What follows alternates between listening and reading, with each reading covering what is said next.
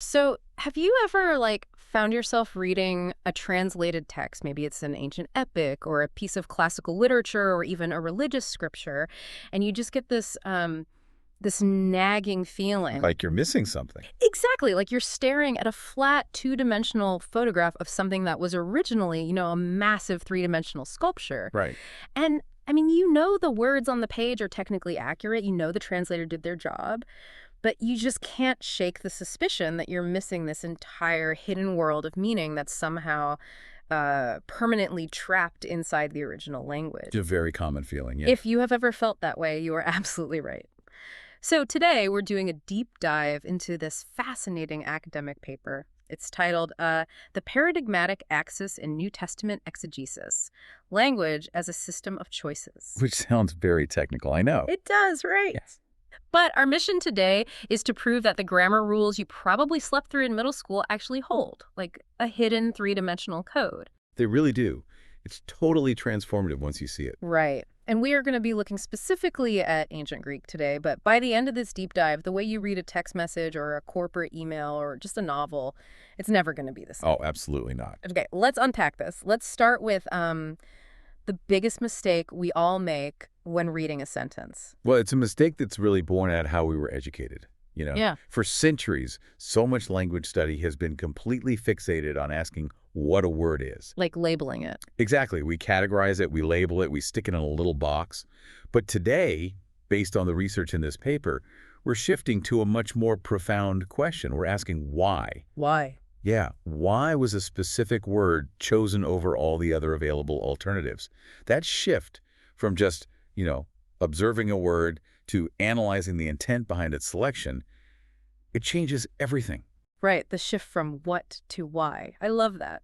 Let's camp out on that core conceptual shift for a minute, because the author of this paper uses this incredible imagery to describe the trap that traditional scholars fall into. The archaeological sieve. Yes, or really anyone with a dictionary and a grammar chart, right? They describe it as treating grammar like an archaeological sieve. Such a good visual. It really is. Imagine you're at a dig site. You scoop up a sentence, you pour it through this mental mesh, and you shake it. And the mesh filters all the words into these neat little morphological categories. Right. You look at the screen and say, oh, look, a noun, a verb in the past tense, here's a preposition. And you end up with this nicely labeled collection of parts just laid out on a table. And to be fair, we shouldn't dismiss the value of that entirely. You do have to know what the parts are. Sure. The paper is actually careful to acknowledge that traditional parsing, which is the act of identifying the exact grammatical form of a word, like identifying a verb as a second aorist active indicative that's a necessary starting point. It gives you the raw data. Right, exactly. The problem, the fatal flaw in how so many people read texts arises when that parsing label becomes the destination.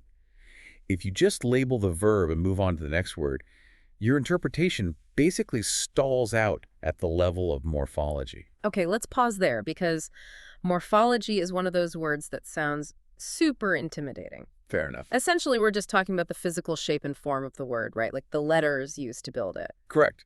It's the physical architecture of the word that tells you its category.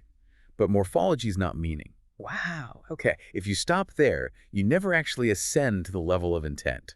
You've identified the bones, but you haven't explained why the skeleton is moving the way it is. Oh, that makes me think of trying to understand how a car works.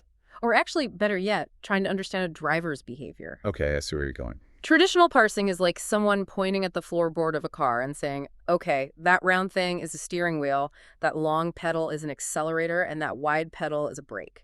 Right, which is helpful if you've never been in a car. Exactly. It's helpful information if you have literally never been inside a vehicle. But the approach we're unpacking today, which is based on a linguistic framework called systemic functional linguistics, or SFL, it takes a completely different angle. It does. SFL completely flips the script. Right. SFL doesn't just want to know that the wide pedal is a brake. SFL asks, why did the driver slam on the brakes at this exact moment on this exact stretch of road instead of just, taking their foot off the gas? That analogy gets right to the heart of it. Systemic functional linguistics begins from a fundamentally different premise than the traditional grammar you probably learned in school. How so? Well, the traditional view often treats language as a neutral coding system. The assumption is that language is just this passive vehicle used to transport information from my brain into your brain. Like a delivery truck. Right, and that the packaging, the grammar doesn't really matter as long as the cargo arrives intact. But SFL categorically rejects that. In SFL, language is defined as a social semiotic resource. A social semiotic resource. Okay, break that down for me, because that sounds like something you'd need a PhD to just drop in casual I conversation. know it does sound dense, but the concept is actually very grounded. Semiotic refers to the making of meaning through signs. Okay. Social means it happens between people and it's embedded in culture. Hmm. So a social semiotic resource means that language is a vast, organized system of choices that we use actively to enact meaning and, construct social relationships. So it's never just autopilot. Almost never. Yeah. Authors and speakers are constantly making choices. Every single clause, every sentence, every phrase represents a series of rapid-fire, simultaneous decisions drawn from a massive network of available options. Wow. So, to push your car analogy a bit further, the author doesn't just hit the brakes because a traffic rule told them to. They choose to hit the brakes to create a very specific physical experience for the passenger in the seat next to them. Right, they want you to lurch forward in your seat. They want you to feel the tension. Exactly. Or, to be more precise, they want you to feel the tension rather than feeling a smooth deceleration. And the source paper gives us this incredible, tangible example right out of the gate to prove why this matters. It looks at the Gospel of John, specifically chapter 4, verse 50. Yes, the healing of the official's son. Right. In this narrative, Jesus is speaking to a royal official whose son is deathly ill. And the text introduces Jesus' speech with a specific Greek verb form, which is legi. Right. Translated, that means he says. It's the historical present tense. Now, if I'm using the old archaeological sieve approach, I look at legi, I slap a sticky note on it that says historical present tense, and I move on to see what he actually says. But the SFL approach stops you right there. It demands to know the reason for that specific choice. Because there were other options. Exactly. Because here is the critical piece of contextual information that changes everything. The standard, perfectly legal, default past tense form for he said, which is, Iben was sitting right there in the author's toolkit. It was available. It was fully available. In fact, that default past tense form is used constantly throughout the very same chapter. But in this exact moment, the author deliberately bypassed the default past tense and chose the present tense, legi, he says. Why does it matter that he chose present over past there, though? I mean, to play devil's advocate, we do that in English sometimes just to sound casual. Like, so I'm walking down the street and this guy comes up to me and he says, Right. it's just a storytelling quirk, isn't it? Well, it is a storytelling technique, yes, but it is never just a quirk. You do it in English for a specific subconscious reason. I do. Yeah. You do it to make the story vivid, to collapse the distance between the past event and the present listener. You're bringing the listener into the immediate unfolding moment of the story. Oh, wow. Okay, yeah, that makes sense. But to truly understand why the author of an ancient Greek text makes this choice and the theological weight it carries, we have to understand the fundamental architecture of language itself. Which brings us to the axes. Yes. This is where the paper introduces a concept that completely reorients how you look at a page of text, the two axes of language. The horizontal axis and the vertical axis. I have to say, this completely blew my mind when I was reviewing the material. It's like finding out you've been looking at a chessboard from the side your whole life. It really changes your perspective. Walk us through these two axes. Okay, so every sentence in every language operates on two intersecting axes simultaneously. Let's start with the first one, the syntagmatic axis. That's the horizontal one. Yes, the Yeah. horizontal axis. Yeah. Imagine a line of words written across a page from left to right. This horizontal axis governs structure, sequence, and dependency. It dictates what elements can legally stand next to each other based on the rules of the language. So in English, we generally follow a subject, then a verb, then an object pattern, like the dog chased the ball. Exactly. I can't just throw the words on the page horizontally and say chased ball the dog. The syntagmatic axis gives us the rules for how words chain together horizontally so they make sense. That is exactly correct. The syntagmatic axis is the visible structure. And frankly, traditional grammar and parsing almost exclusively live on this horizontal plane. We just look at what's there. Right. We map the relationships between the words that actually made it onto the page. We draw lines between the subject and the verb. We're analyzing the visible chain. Okay. But the second axis is where the profound meaning actually resides. This is the paradigmatic axis, and it operates vertically. The vertical axis. Yes. Picture this at every single slot along that horizontal chain, at the subject slot, at the verb slot, at the object slot. There is a hidden, invisible pool of alternatives stacked vertically underneath it. Like a slot machine. Exactly like a slot machine. It's the vertical column of all the words, the tenses, the voices, and the moods that the author could have legally chosen for that specific horizontal slot, but actively rejected. Okay, I want to make sure I'm visualizing this right. The syntagmatic is what is physically printed on the page. Right. But the paradigmatic is the ghost of everything that isn't on the page.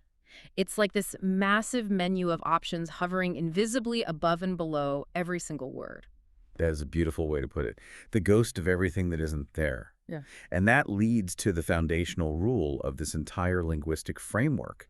It's a rule that you have to internalize if you really want to read closely. Which is? Meaning is contrastive. Meaning is contrastive. So a word doesn't just mean what the dictionary says it means in a vacuum. No, it does not. A choice only carries value in proportion to the size of the pool of alternatives it was drawn from. Wait, say that again? Let me explain what I mean. If a grammatical rule forces an author to use a specific word, if there is literally no other option in the entire language that fits that horizontal slot, then that word carries very little communicative weight. Because they had no choice. Right. It just means the author was obeying the rules of syntax. It's a forced move in chess. But if the author has options, if they have a robust vertical paradigm of valid choices, and they select one specific form over all the others, Then it matters. that choice is incredibly pregnant with meaning. To truly understand what an author has said, you have to understand what they chose not to say. The source material uses a couple of analogies to make this concrete, and I want to spend some real time on them because they are so clarifying. The restaurant menu is a great one. Yes, let's play this out. Imagine you sit down at a nice multi-course restaurant. The meal is going to unfold in a horizontal syntagmatic order. You have the appetizer slot, then the main course slot, then the dessert slot. Right. That sequence is fixed by the cultural rules of fine dining. You can't have the chocolate lava cake first, syntagmatically speaking. Correct. The horizontal structure is rigid. It provides the framework. But when you get to the main course slot, the waiter hands you a menu, and suddenly you are staring at a vertical paradigm. You can choose beef, you can choose chicken, or you can choose fish. Okay. Let's say you select the fish. The meaning of your meal, the culinary experience you're actively constructing for yourself, is defined largely by the fact that the beef and the chicken were available to you, and you rejected them. Right, the contrast. The fish only means a light pescatarian choice because it stands in direct contrast to the heavy, rich beef you passed over. Now, apply that to a writer working in an ancient language. When the author of a Greek text selects an aorist past tense form, rather than an imperfect tense form or historical present, the meaning of that selection is completely inseparable from the alternatives that were passed over. They looked at the menu. They looked at the vertical menu of tenses, bypassed the chicken and the beef, and ordered the fish. We, as readers, have to ask why. What does the fish accomplish that the beef could not? But wait, let me push back on this analogy for a second. What if I just hate chicken? What if I'm allergic to beef? Okay, I see. Or, translating that to literature, what if the author just has a limited vocabulary? What if they aren't a master wordsmith actively curating a 3D matrix of meaning and they just grabbed the first word that came to mind? It's a valid pushback, and it touches on the difference between linguistic competence and performance. However, SFL argues that even if a choice is made subconsciously or habitually, it is still a choice from a system, Okay. and it still generates a contrastive meaning within the social context. If you always order fish because you hate beef, your consistent rejection of beef still defines your dietary identity to the waiter. Oh, that's a good point. In literature, especially highly polished, culturally significant texts like the Gospel of John, we operate on the assumption of authorial competence. These texts were crafted, edited, and refined. They weren't just throwing words on a page. Exactly. The choices are not random. And even if they were instinctual, the instinct itself was shaped by the social semiotic system of the language. That makes sense. The system is bigger than the author's conscious awareness of it. Precisely. There's another analogy in the source material that gets into the emotional and relational weight of these vertical choices, which I found fascinating. The pastoral greeting? Oh, yes, the pastoral greeting. Imagine a pastor stepping up to the pulpit on a Sunday morning. The horizontal slot is fixed. It is the opening greeting slot. But the vertical paradigm of choices is vast. Very vast. The pastor could step up to the mic and say, "Hey guys, great to see you." Or they could say, "Good morning, church." Or they could go highly formal and say, "Grace to you and peace from God our Father." Now think about the invisible dynamics at play there.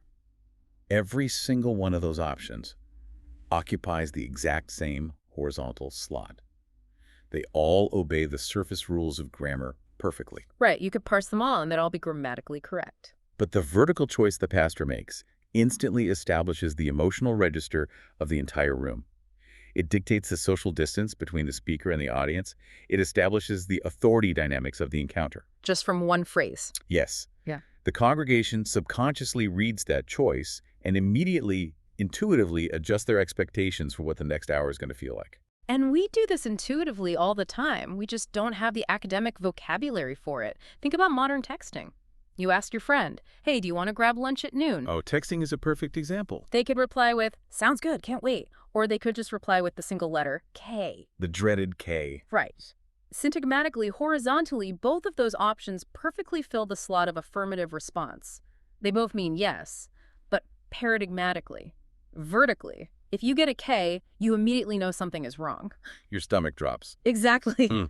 You know, they had the enthusiastic option available on their mental menu, and they deliberately rejected it in favor of the coldest, shortest possible affirmative. The meaning is entirely in the contrast. And that is exactly what the authors of ancient Greek texts were doing. They were doing it at the level of verb aspect, vocabulary, and participant labeling. They were sending ancient texts with a K. They were sending the equivalent of an enthusiastic text or a cold K, yes. And if we only parse the grammar horizontally, we miss the tone entirely. So how does this actually apply to ancient Greek specifically? Because Greek verbs, from what I understand, are notoriously tricky. People spend years trying to master them. They do. This brings us to a major section of the source material, Constantine R. Campbell's model of verbal aspect. The paper uses Campbell's model to completely shift how we understand time and action in these texts. This is a crucial pivot in linguistic theory. For a very long time, people assumed Greek tenses were primarily about objective time, past, present, future, the clock. Right, that's what we all learn. But Campbell's model argues that in Greek narrative, aspect is actually about the speaker's subjective viewpoint of the action. It is not a clock on the wall. It is a camera lens in the hands of a director. Okay, stop right there. I need to make sure I understand this because I think most of us were taught that tense means time, past, present, future. You keep using this word aspect. How is aspect different from tense? It is a vital distinction.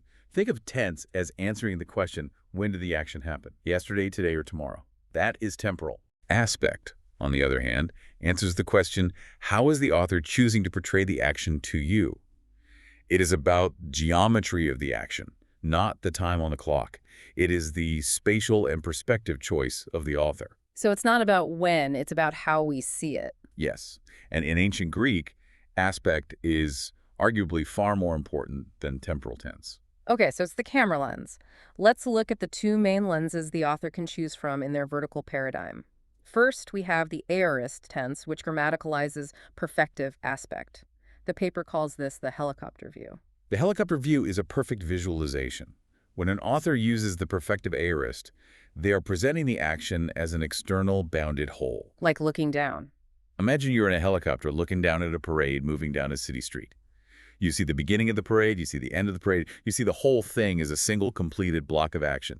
You're entirely outside of it. You get the whole picture. Right. The aorist is the default engine of Greek narrative. It is the workhorse that moves the plot forward efficiently from point A to point B. He went there. He saw this. He did that. So if aorist is the helicopter looking down at the whole parade from 500 feet up, the alternative choice on the vertical menu is the present or the imperfect tense, which grammaticalize imperfective aspect. Yes. And the paper calls this the street view. The street view presents the action from the inside. You are no longer in the helicopter. You are standing on the sidewalk watching the parade march past you. You're right in it. You don't see where it started a mile away. You don't see where it ends. You are just experiencing the ongoing, unfolding motion of it in the immediate moment. You are internally participating in the duration of the action. To stick with my movie director analogy, the aorist helicopter view is your wide establishing shot. It shows you the whole city block, the car driving from one end of the street to the other. It's efficient. It gets the plot from scene to scene. But the imperfective street view is your tracking shot. The camera is mounted right on the hood of the car, moving with the characters, living inside the action, feeling the bumps in the road. That captures it beautifully. You are making a choice about how the audience experiences the scene. Now, if we connect this to the bigger picture of the Greek language, this is where the source material introduces a major and somewhat controversial shakeup. Oh, I love a good controversy. Specifically, it shakes up how Greek scholars understand the more complex tenses, the perfect and the pluperfect tenses. Right, because the traditional way people were taught these tenses, and you see this in almost every old commentary, was to view them temporally. People were taught that the perfect tense inherently means a past action with ongoing present results. Right. Like, I have closed the door and the door remains closed. And the source text we are examining today is explicit on this front. It flatly rejects that traditional temporal definition. Really, just throws it out. It states that defining the perfect and pluperfect as past action with present results introduces a problematic complexity that is ultimately a failure. Wow. When you actually test that definition against the massive corpus of ancient Greek texts, it yields far too many exceptions to be a valid rule.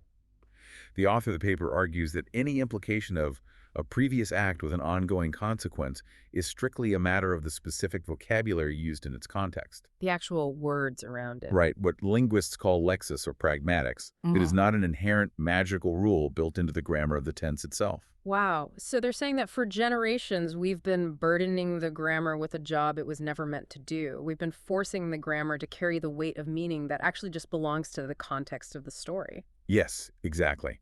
To treat these forms merely as past with present consequences is to operate only on the pragmatic surface level.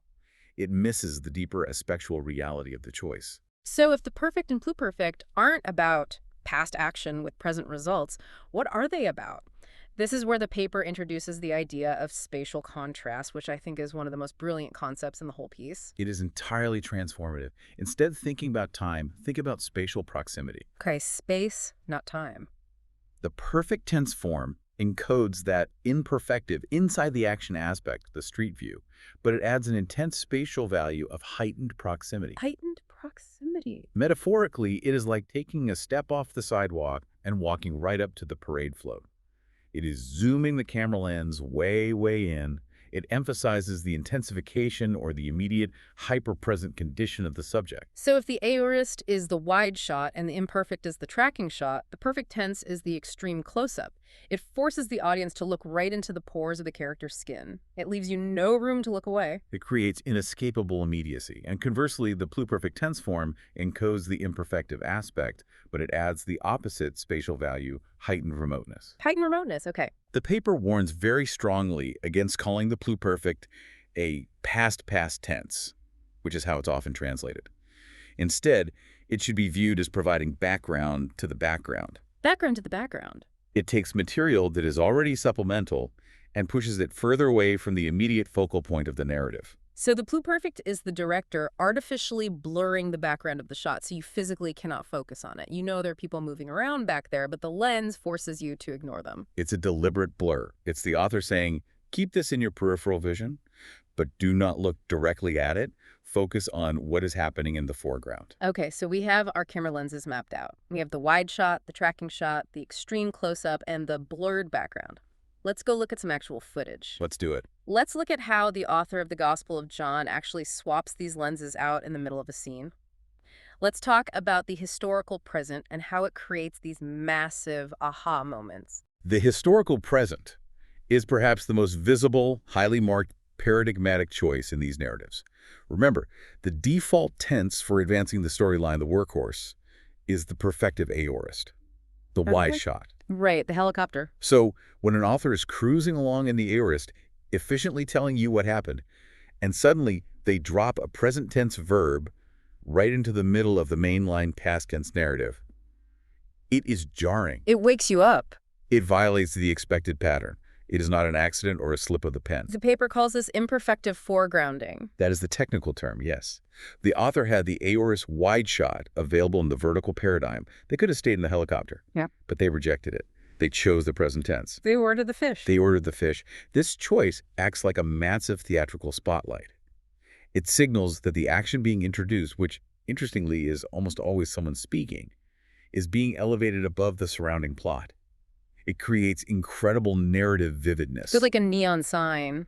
Out of all the available options, the author chose the present tense to grab the reader by the collar and say, pay attention right here.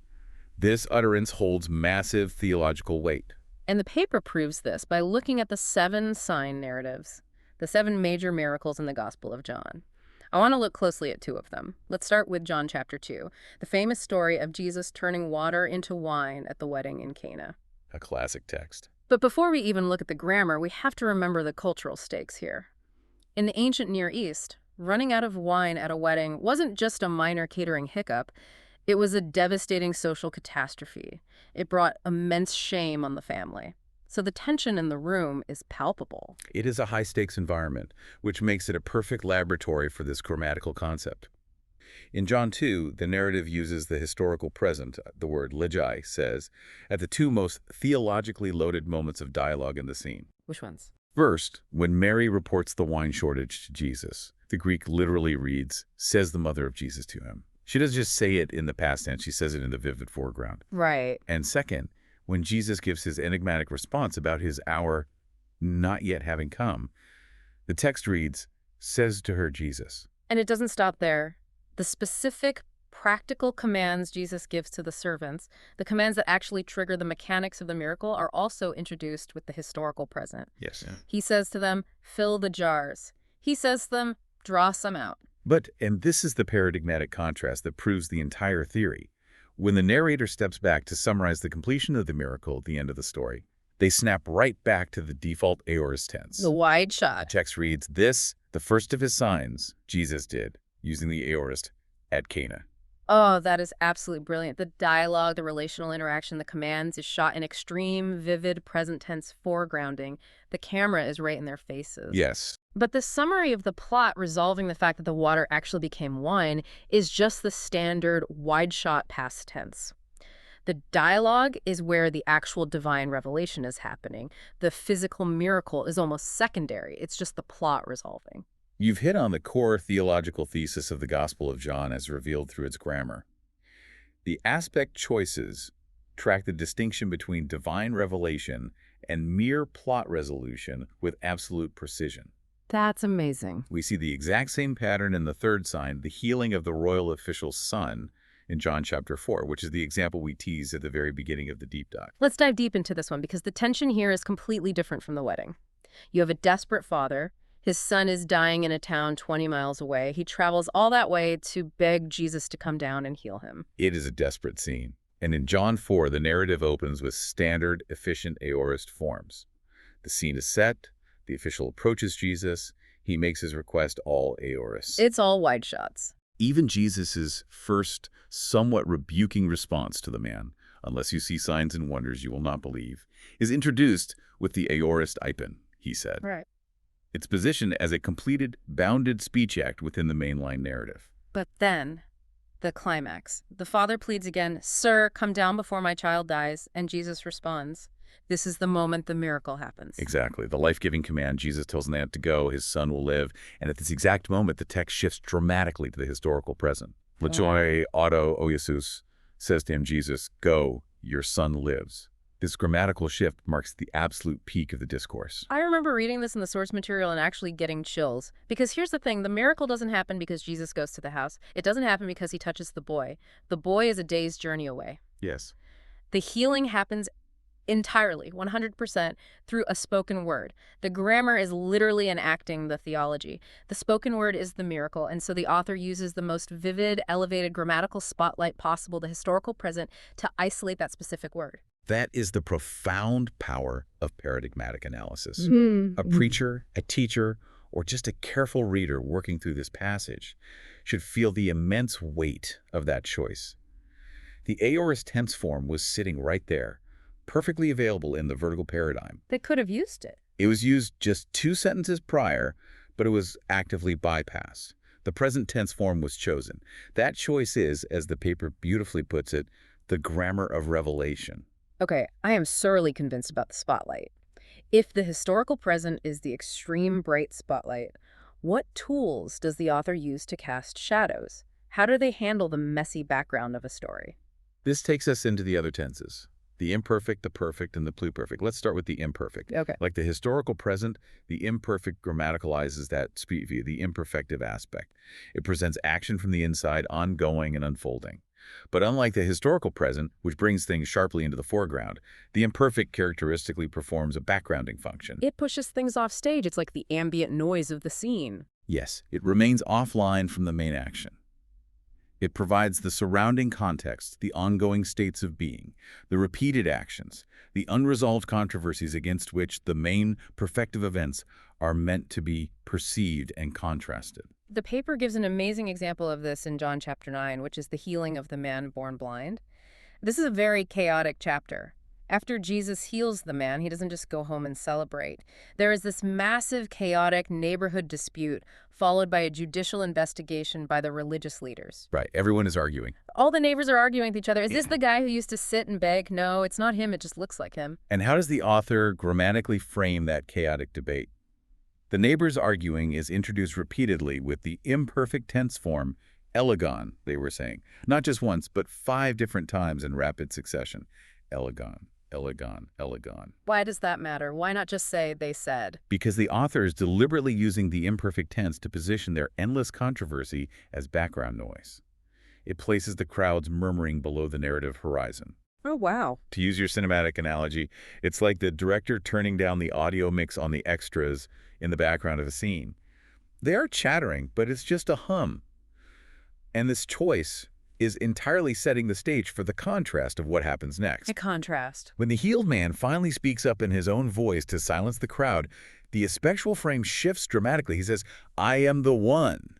In Greek, ego, eimi. Ego eimi, I am... Hold on. Isn't that the exact same phrase Jesus uses throughout the gospel for his massive divine declarations? Like, I am the bread of life, or I am the light of the world. Precisely. A highly charged theological phrase.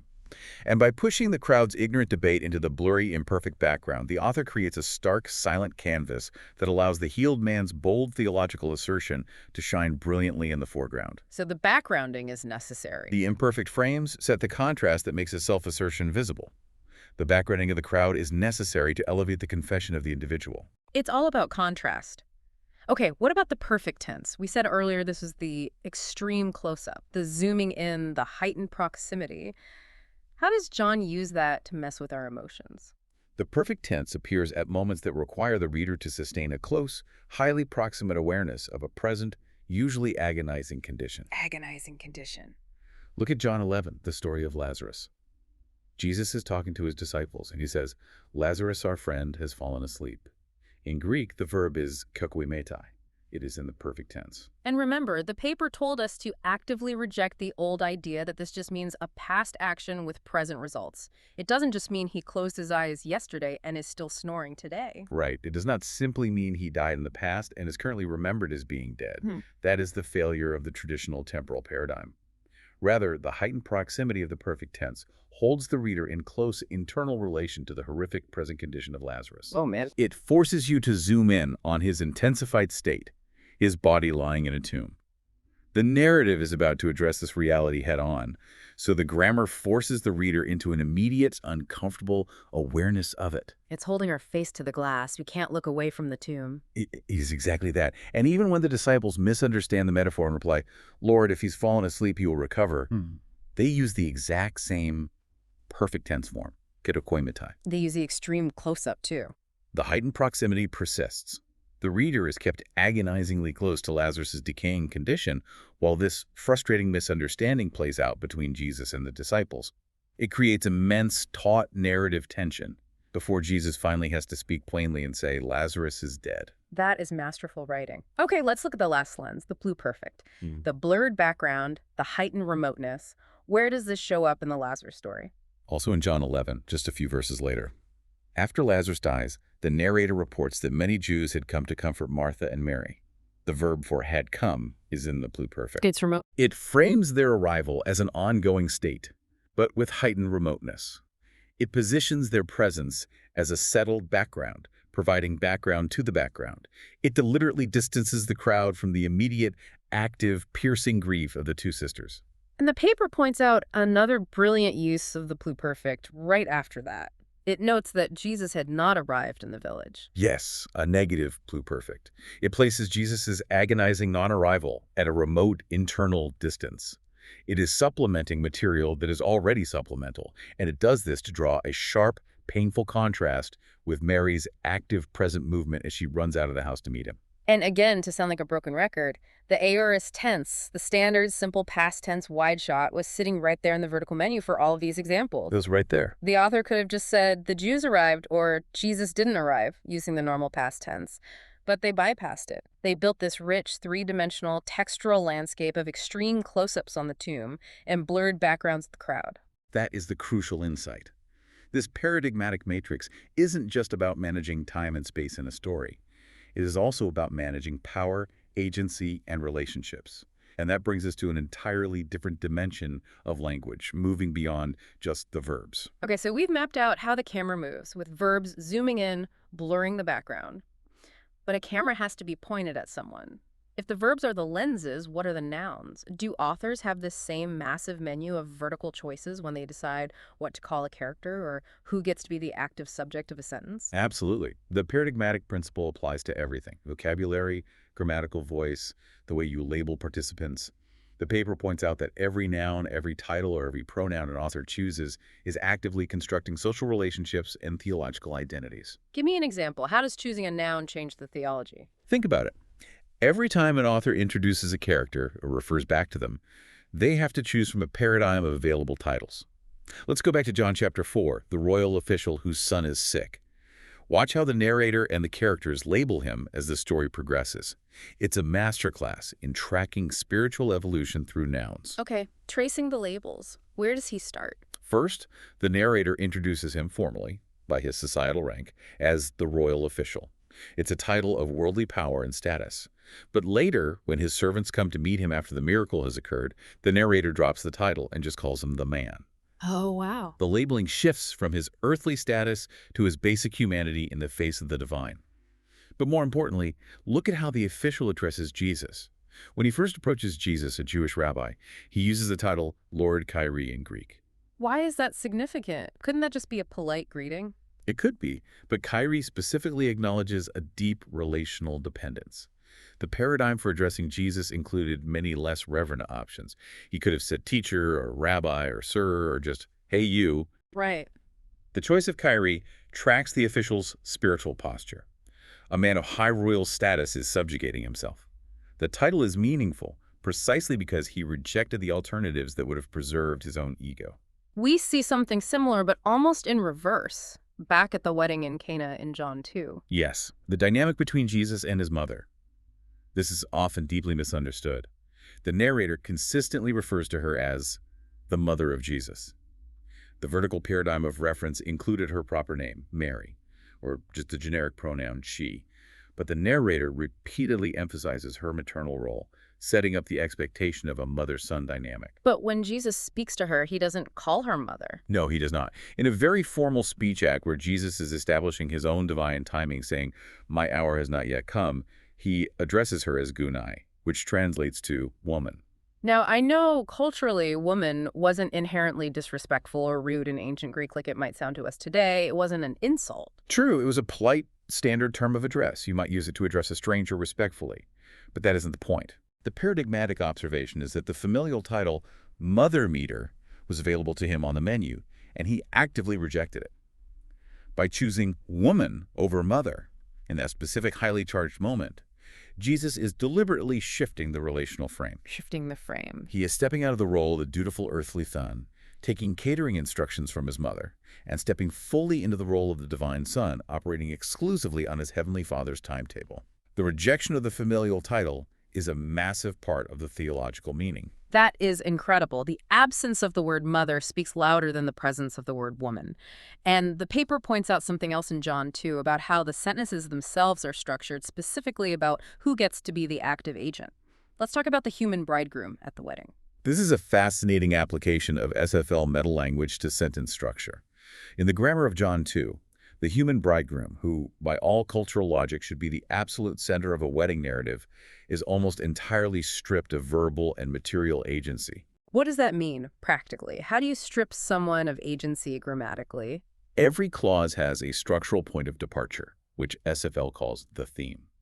It's the launching pad of the sentence, usually the active agent who is doing the thing. In this story, the theme slot is consistently occupied by Jesus, or by the water or the wine. Oh, wow. It is not occupied by the bridegroom. The bridegroom is shoved into the grammatical residue of the scene. He is grammatically absent from the paradigm of active agents. He is acted upon or spoken to, but he doesn't drive the action. Wow. So the author is using the actual architecture of the sentence to make a theological point. Jesus is the true provider of the wine, the true focal point of the joy, the true bridegroom of the greater theological story, leaving the human bridegroom completely sidelined in the grammar itself. Exactly. The grammar reflects the spiritual reality, and this concept extends to the choice of grammatical voice specifically, active versus passive voice. Voice is a profound paradigmatic choice that politicians and PR teams use all the time today. Oh, absolutely. An active voice makes the named participant the visible, fronted agent. John hit the ball. A passive voice redistributes agency, often hiding or backgrounding the human actor. The ball was hit. Mistakes were made. The classic corporate apology that avoids naming the CEO who made the mistakes. Exactly, and the paper uses John 9, the healing of the blind man, to show why this matters theologically. Set the scene for us. The disciples walk past a man blind from birth. They ask Jesus a very blunt, transactional question. Rabbi, who sinned, this man or his parents, that he was born blind? They assume a direct, active, cause-and-effect relationship between human sin and physical suffering. Right. Jesus answers that it was neither, but rather he was born blind that the works of God might be revealed in him. The verb there, might be revealed, is passive in Greek phanderethi. Why does a passive verb matter there? I think if I were reading that, I would just gloss right over it. It matters because the author had the active voice perfectly available in the paradigm. They could have written an active sentence with God as the explicitly named subject acting upon an object. Something like, God made him blind so that God could reveal his works. Oh, wow. I see it. By making it active, it would make God the direct, malicious, causative agent of the man's suffering. It would make it a simple, cruel equation God caused decades of blindness just so God could show off a miracle later. Exactly. It would validate the disciples' transactional worldview. But by choosing the passive voice, the author actively avoids that crude, simple transactional view. The passive voice presents the revelation as something that happens through the man's situation, opening space for an unseen divine purpose without pinning direct, active causality for the suffering onto God in a way that suggests malice. That's a huge difference. The theological gravity of this passive voice is totally invisible until you realize the active voice was an option that the author deliberately refused to use. So if I'm like the learner out there listening to this and I don't read ancient Greek, what does this mean for me? Whether I'm reading a biblical text, a news article, or an email from my boss, keeping an eye out for these subtle shifts, passive voice, changes in title, sudden shifts to present tense, it seems like an absolute superpower for critical thinking. It truly is. When you start asking, why did this politician use the passive voice to describe that scandal? Or why did this journalist label that group of protesters with this specific noun instead of the 3 other available alternatives? You stop being a passive consumer of information. You see through the matrix. You start seeing the underlying architecture of the author's intent. You are reading the matrix. Okay, we've looked deeply at the micro level. We've looked at individual verb tenses, camera lenses, specific titles, and passive voices. Now, I want to zoom all the way out. What happens when an author takes all of these tools, all of these highly marked choices we've been talking about, and stacks them on top of each other at the exact same moment in a story? This brings us to the concept of a discourse peak. For discourse analysts, this is where the real excitement happens. Define a discourse peak for us. What does it look like on the page? If an author makes a single weird or unexpected grammatical choice, it might just be a stylistic quirk, a momentary variation to keep things interesting. But when you see a cluster of marked choices, say, A sudden shift to the historical present, combined with an unusual title, combined with a sudden shift in agency, combined with a perfect tense all converging at once in a single paragraph. That is a discourse peak. It's a giant flashing neon sign from the author. Exactly. It is a highly reliable, mathematically verifiable indicator that something of paramount structural importance is happening.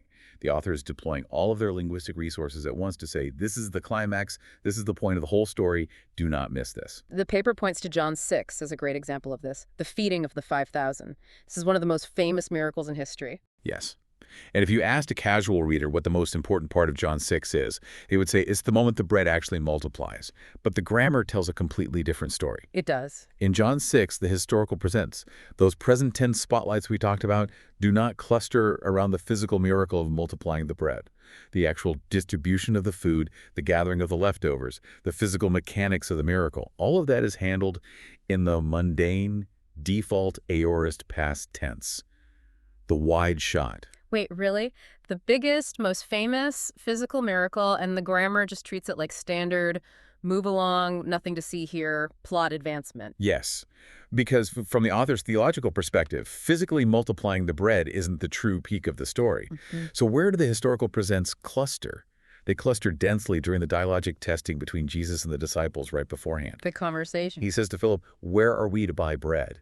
One of his disciples says to him, the dialogue is grammaticalized as the interpretive center of the sign. And the paper also notes a pluperfect tense dropped right in the middle of that dialogue, too. Yes, right in the middle of Jesus questioning Philip, the narrator inserts a pluperfect, for he himself had already known what he would do. The blurred background. The heightened remoteness of the pluperfect establishes Jesus' prior divine knowledge as a settled, distanced background fact. It proves grammatically that the questioning of the disciples isn't Jesus trying to gather information because he's confused.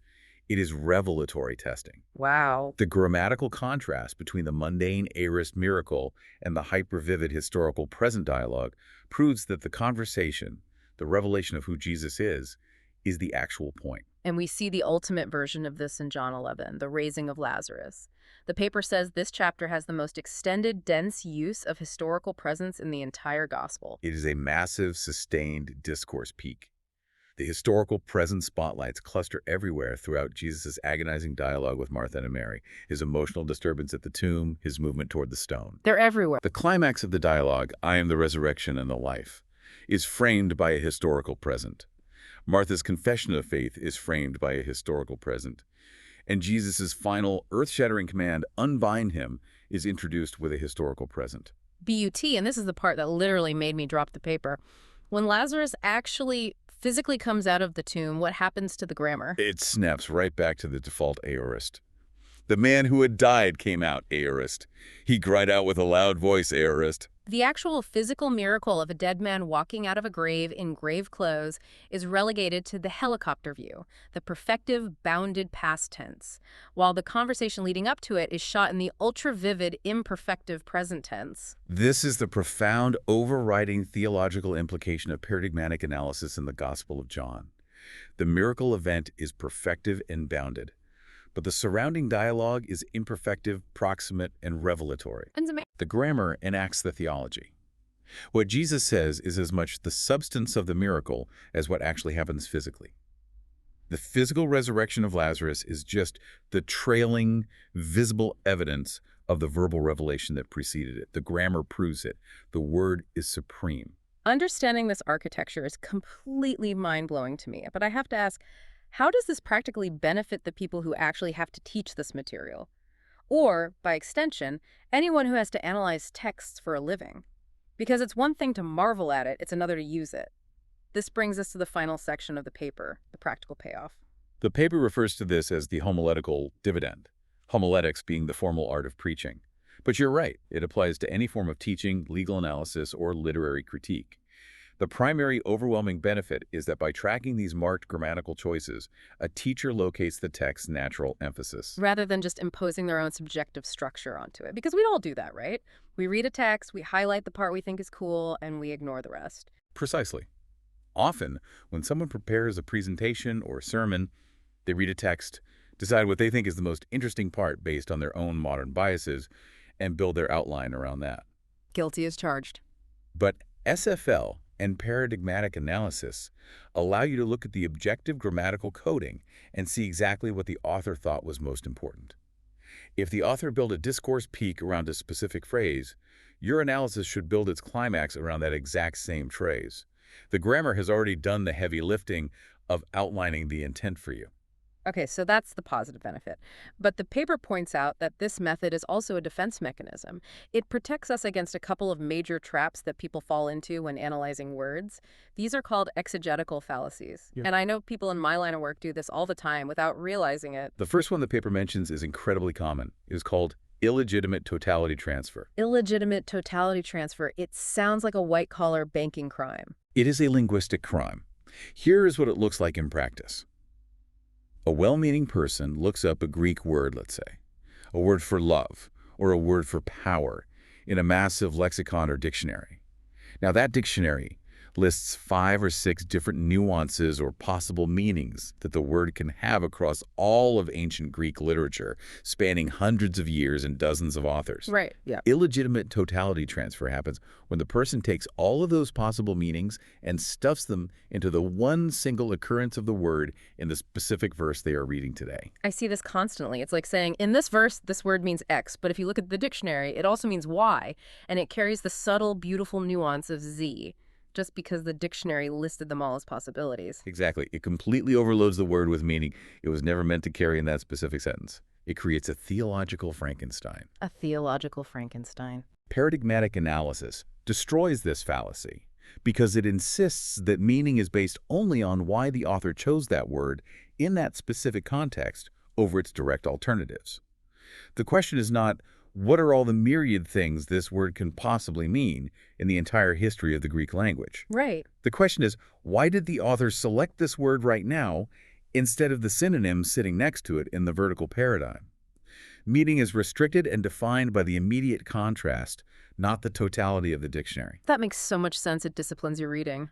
Okay, I feel like the other trap we fall into is digging up some ancient 500-year-old root of a word and claiming that's the real meaning. Does the paper talk about that? What's the second fallacy? You've anticipated it perfectly.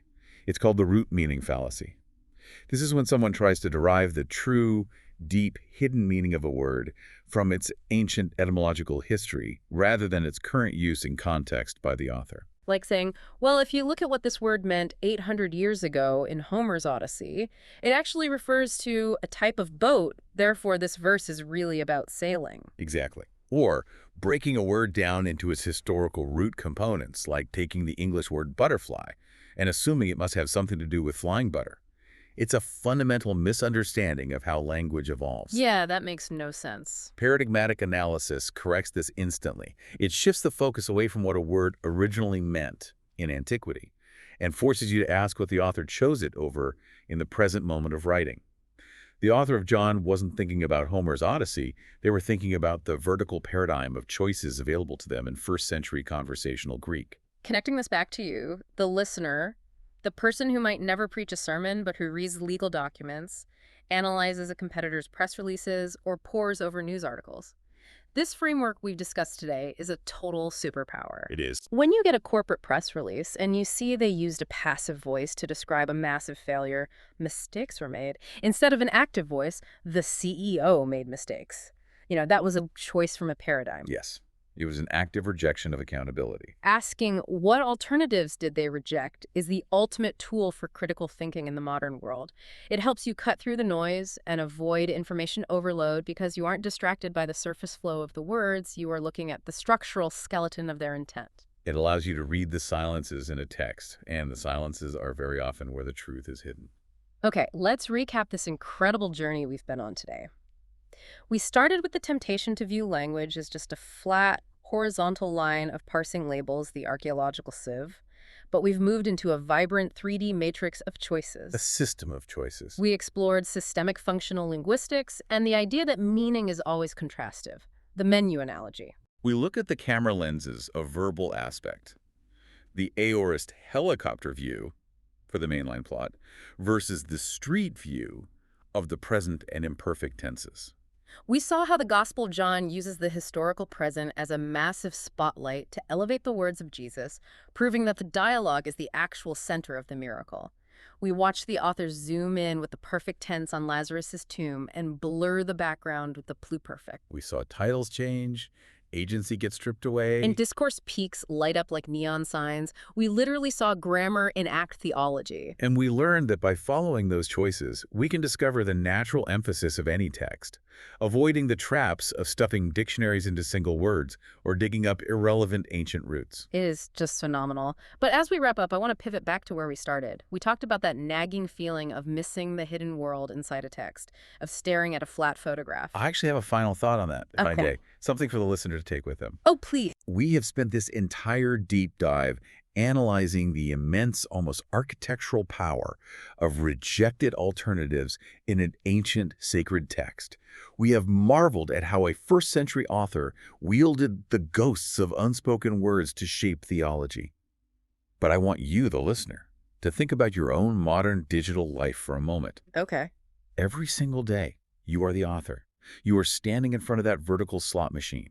When you write an email to your boss, when you craft a text message to someone you love or someone you are upset with, when you draft a post online, you are constantly, rapidly making micro choices from a vertical paradigm. We're making choices. You are choosing titles. You are selecting active or passive voices. You are foregrounding some details and blurring others into the background. Yeah. If what we learn today is true, if true meaning is defined not just by what is on the page, but by what we deliberately choose not to say, what does the silence reveal about us? Wow. What do the ghosts of your own omitted words, your deleted drafts, and your rejected phrases reveal about your hidden intentions, your desires, and perhaps your fears? Oh, wow. The ghosts of our own omitted words. That is going to stick with me.